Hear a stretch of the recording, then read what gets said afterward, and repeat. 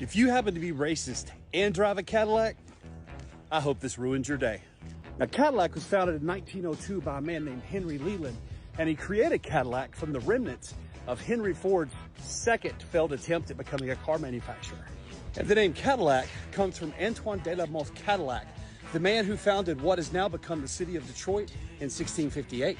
And during the heights of the Great Depression, Cadillac was set to be put on the auction block and its assets sold off due to declining sales of over 80% in the previous 5 years.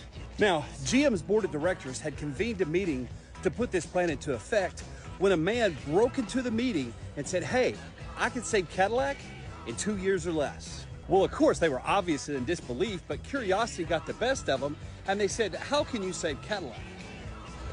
Well, that man's name was Nicholas Dreystadt. He was a white German-born engineering savant, and he pointed out that Cadillac does not market or sell their cars to black Americans. You see, Nicholas was head of service for all the Cadillac dealerships in America. And something he noticed is that he saw a lot of the black American elite, like judges, lawyers, and entertainers, driving Cadillacs. But knowing Cadillac's policy of not selling to them, he was curious how this came to be. And what he found out is a lot of these black Americans were paying white dudes $300 cash over and above the price of a Cadillac to buy it for them so they could drive it. Do you know how jacked up that is? So he convinced the board to lift the restrictions and start selling to everybody. But old Nicholas got it wrong. He promised GM's board that he would turn Cadillac around in 2 years. But see, he did it in 1, because black Americans bought so many cars in 1934, sales of Cadillac went up 70%, saving the brand from the auction block. And can you imagine what it felt like as a white person standing in line at a soup kitchen trying to survive when you look over your shoulder and you see a black American driving by in a brand new shiny Cadillac?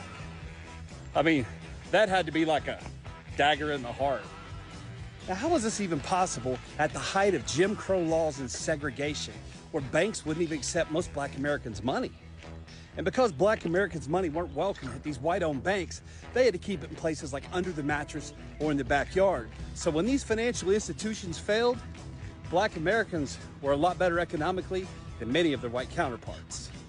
That kind of like hurts you even more, doesn't it? They literally had enough cash to save a luxury automobile manufacturer. And this was such a pivotal moment in Cadillac's history that Nicholas Dreystadt was promoted to the head of the company, and he also became one of the first auto manufacturers to begin hiring black Americans to be part of the design team.